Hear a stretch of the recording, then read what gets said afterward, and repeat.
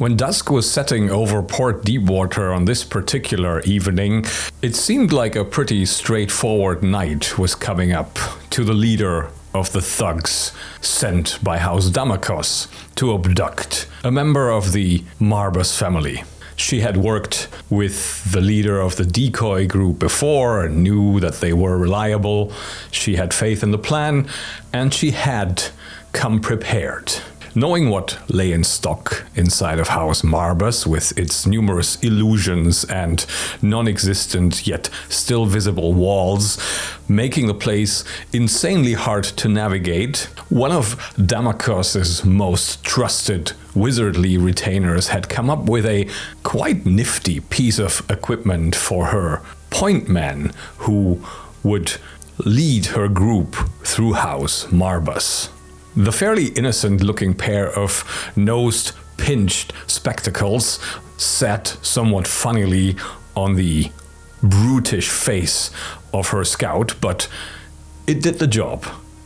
That is, until right after the explosion, when, in the process of traversing the lower levels of Marius's estate, looking for the intended target, the scout suddenly froze, pale, like he'd seen a ghost, or more likely an army of ghosts, and started clawing his own eyes out. There were, of course, contingencies in place for when the plan went awry. More distractions, more explosions that could be generated, and thus that is what happened. Knowing that the mission was a failure, now that the means to find the target had blinded himself, the leader of the thugs chose to abort and blow up the charges planted earlier in the rear courtyard, setting fire to a hedge and taking down an exterior wall. And when she found her retreat cut off by an angry mob, she started thinking on her feet, understanding that this had all of a sudden turned in a very much different us versus them situation, and somewhat paradoxically lent her support to the Marius household guards in a gesture of good faith. And as she ran now with her remaining troops back towards House Damakos, beaten and bruised and bloodied, she couldn't help but smile grimly at the irony of the double crossing, as some of the Marius household guards, after the mob dust had already settled, fell on the Damakos thugs like crazed animals, biting and scratching and tearing, leading to a hasty, bruised and bloodied retreat. As if things couldn't get any worse, now there was this damnable itch spreading under her skin.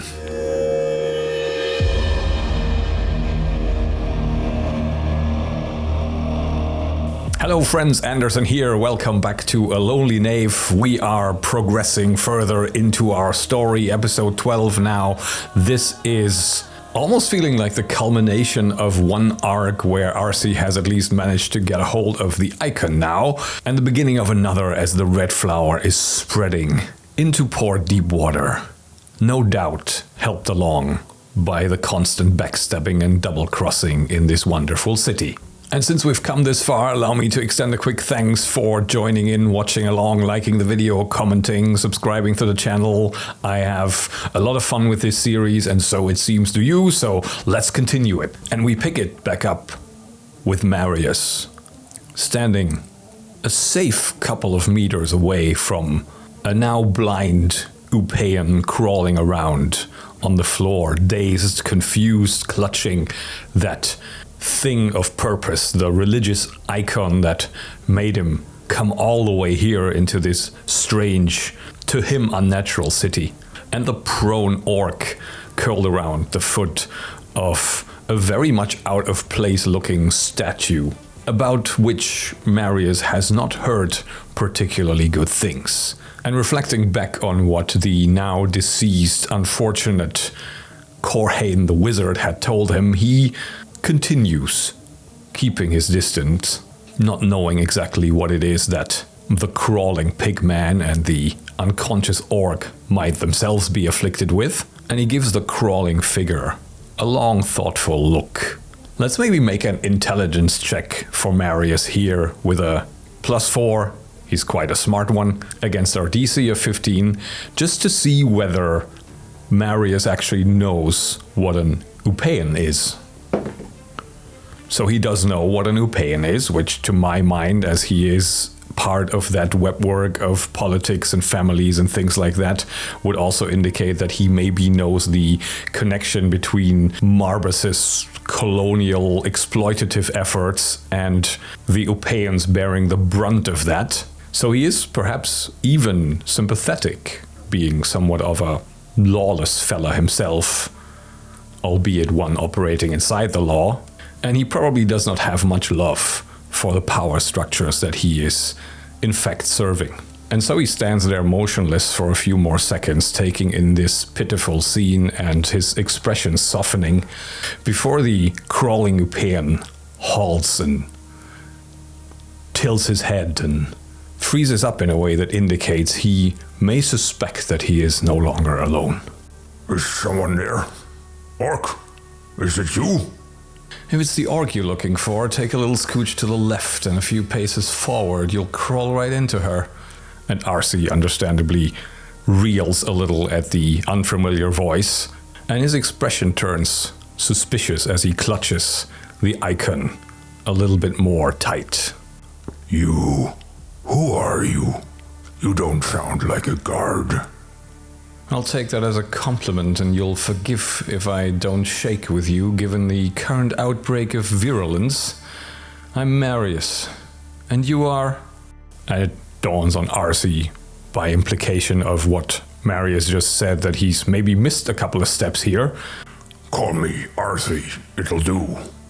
Tell me, Marius, the orc, is she? And Marius, without really taking a step closer, sort of instinctively leans a bit more forward and takes a closer look at the prone form.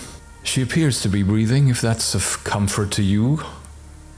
You are Upaean, yes?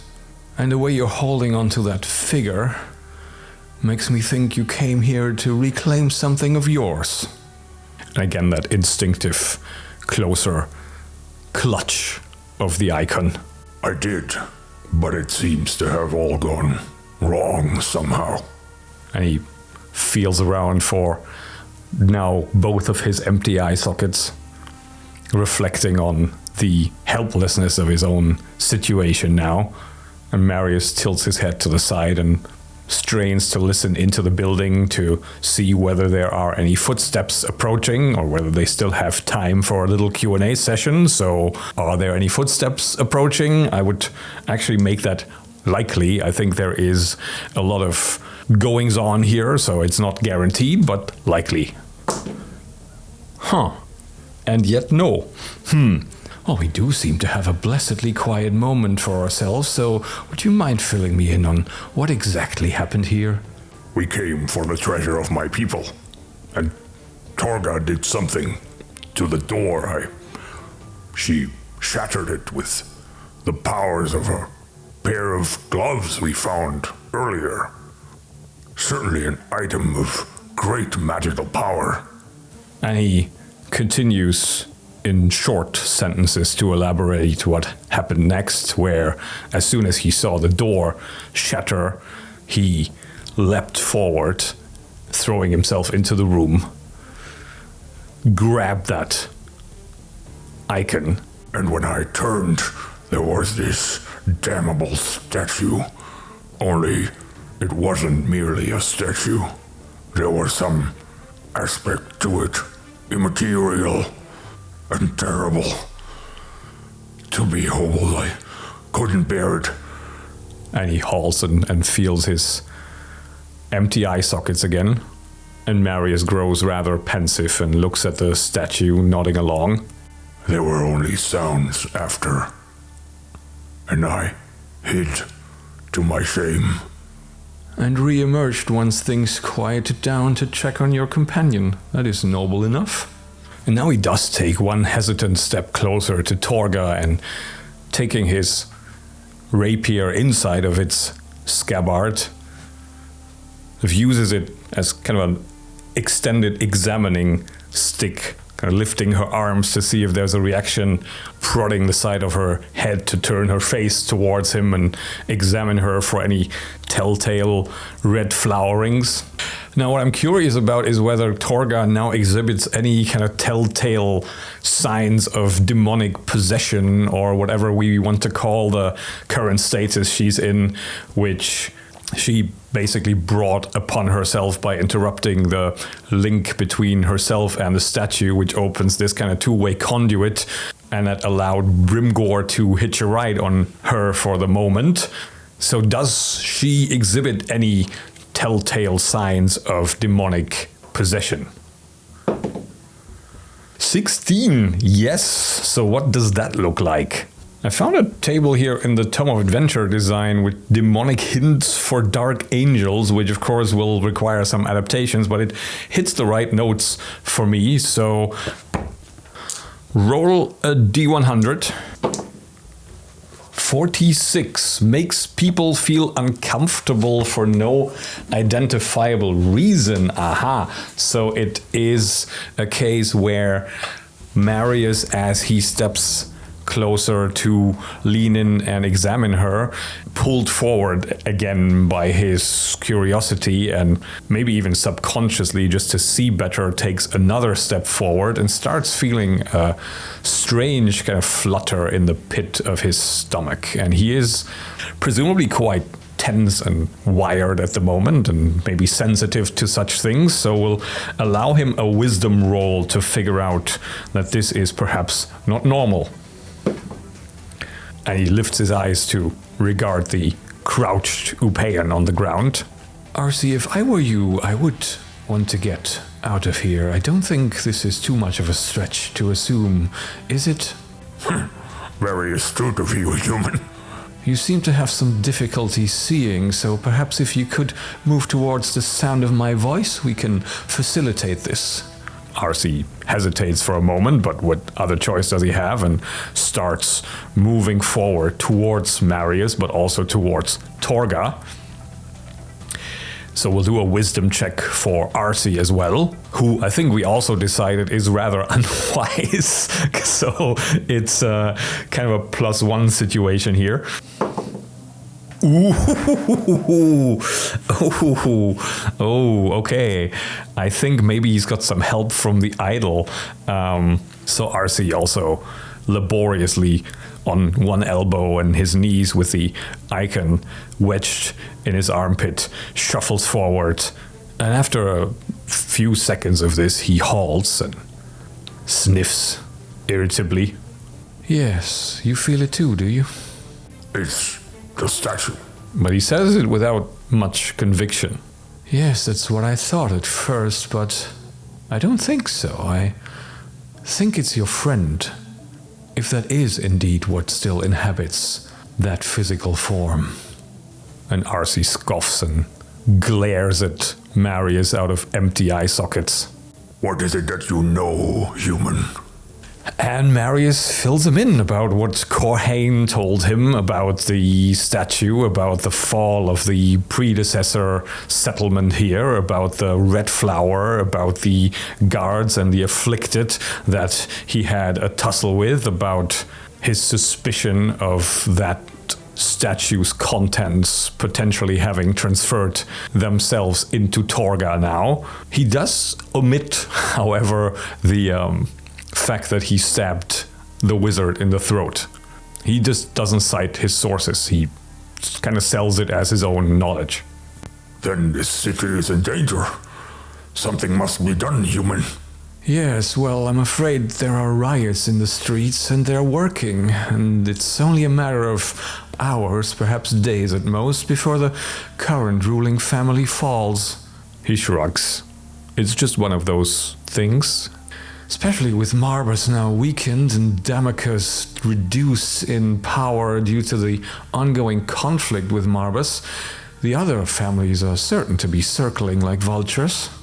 But certainly they must unite against a common threat. I fear even if the Demon Lord himself manifested in a towering physical form, the only thing they would unite in is to tell it to come back later while they settle who gets the throne. And he looks down on Torga again. A measly plague won't rouse them into action, it barely affects them. It affects the ones whose house we're in, certainly. Well, that's just what the others will consider a bonus. What is this madness? Civilization, my friend. Civilization. And he steps back a few paces more and catches himself beckoning to Arcee and then kind of looks at his hand and feels a bit foolish. I'm afraid what with this disease going round, I'm not too happy picking up your friend, so how about you lift her and I guide you?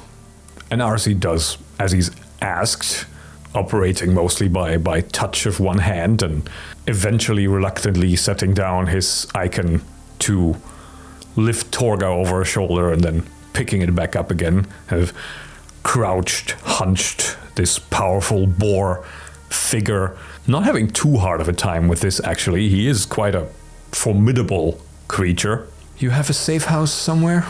And Arcee thinks about it for a split second, again, no other choice really, and informs him about this abandoned tower ruin, but also mentions how far away this is and that he has no real recollection now how to navigate back there. Let's check in whether Marius knows this tower ruin. I feel like he's pounded the pavement, especially of the poorer areas, perhaps quite frequently given his line of work as sort of a freelance inquisitor type for the merchant families. So I'm not going to give this any bias. It's just like, does he know the tower? He does. But of course he also doesn't know the subterranean way there. I know it well enough, but I would only know the way above ground. So I'm afraid there's our option. Walk straight as you can, listen to the sound of my voice, I'll tell you where to take turns. And as they set into motion the first couple of steps out of Marbus, we roll again, I think, for is anybody now coming upon them? No. Okay, that's strangely anticlimactically uneventful, but on the other hand, I guess this also works. They now start making their way back to where Marius knows a way back up top, which is fairly close by, and then they have to navigate their way through the rioting streets above and into the old town again. And as they walk through this subterranean passage, Arcee can't really help himself but wonder, since he is a curious fella. What is it that you propose we do now, human? I propose we prepare for when the dust inevitably settles, gather enough information, and find a patron. The former should make the latter quite a lot easier. And as they are on their way out through the destroyed holding chambers, he picks up like a silver bullion, notices it's stamped with the sigil of House Marbus, and discards it again, not really wanting the trouble it's worth, but snatches up a full coin purse, feeling that he has just rendered Marbus a service, even if they wouldn't really see it that way or acknowledge it, and pockets that. And it's got 90 coins in it. But he is wasteful, so I feel like this is kind of incidental money that we will just fritter away without it having much of a bearing on the game itself. I might actually get a chance to play around with downtime and domain book rules here, which also govern things like getting horribly drunk and gambling and whatever. And I think that outlines the next steps in this particular arc. We assume that Torga will come to eventually, but for the purposes of making this a bit easier, we currently have her remain unconscious. We have to make our way back through Port Deepwater to the tower so Arcee and Torga can lay low. I think Marius's reasoning here is as well to keep him sort of contained and out of sight, and keeping himself also well enough distant from them so he doesn't catch anything off them. But he wants to keep them close so he can kind of investigate and capitalize on this, because he is ambitious. He always needs money. He will try to approach one of his contacts or former patrons not merely for selfish reasons. I think he genuinely cares that there isn't a plague ravaging the city, because that usually would affect the ones that are the least protected against it. But he also doesn't immediately blindly trust everything that Corhane said. So he will want to verify whether it's true that this red flower is what it says on the tin, what the actual ins and outs of this statue and of this demon are. Presumably he doesn't necessarily know the name of the demon. I don't think maybe Corhane even knew that or shared it. So we have the seeds of a new story with perhaps a new point of view focal character, in which Torga will eventually also play a role, but it might well be the role of an antagonist. We will see. We'll figure all of that out next. Not so fast. Before I let you go, I wanted to inject myself here in hindsight after thinking about this episode a bit and cause a little bit of a continuity train wreck, because obviously something has happened in between me recording the Knave episode and recording this bit. Namely, I have moved house. I'm in a new room. The camera setup isn't quite ready yet. The audio is a bit echoey, and overall it's getting there. But why I'm talking to you in this way now is because, as mentioned at the top of the episode, the RC arc of getting the idol that manifested sort of halfway through Torga escaping as the first real narrative thread here is now pretty much concluded. RC has to either store it somewhere safely or hitch a ride and take it back home and leave the narrative focus here.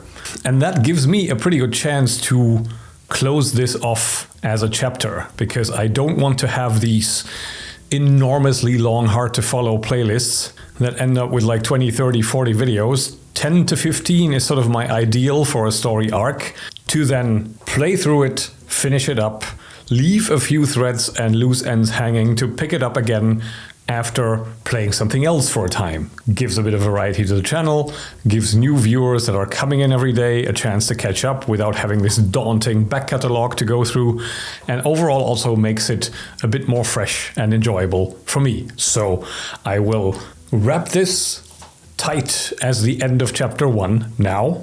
We'll pick this up after we played something else for a while. We might pick it up in Knave 2nd edition. We might leave it unchanged. We might even port it into old school essentials, because I have that on the way now.